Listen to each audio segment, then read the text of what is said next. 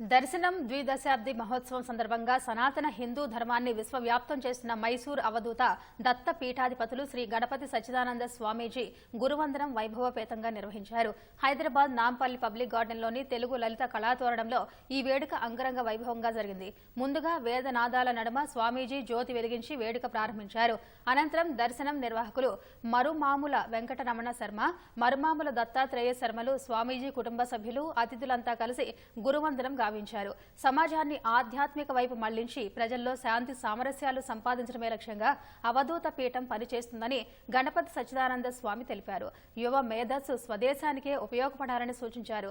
కార్యక్రమంలో పాల్గొన్న మాజీ మంత్రి తన్నీరు హరీష్ రావు గణపతి సచ్చిదానంద స్వామీజీని గురువుగా, హిందూ ధర్మ పరిరక్షకులుగా చూస్తాం కానీ ఆయన నిండైన మానవతావాది అని అన్నారు.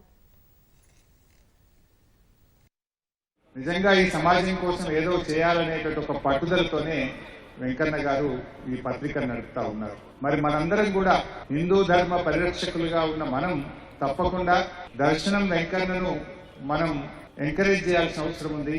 ఆ పత్రికలో చందాదారులుగా చేరుతూ దాన్ని ముందుకు నడిపించే బాధ్యత కూడా మనందరి మీద కూడా ఉంది. ఒక్కొక్కరిది ఒక రకమైన సేవ.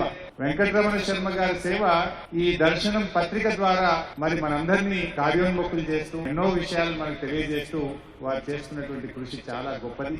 మీ అందరికీ తెలుసు, నేను ఇంతసేపు కూర్చోను, మీరు తెలుసు కదా, అందరికీ చేయకండి, తెలిసిన వాళ్ళు చేయకండి, అందరికీ తెలుసు. ఇంతసేపు నేను కూర్చోను సాధ్యం లేదు. కూర్చున్నానంటే ఈ భక్తి నన్ను కట్టేసింది.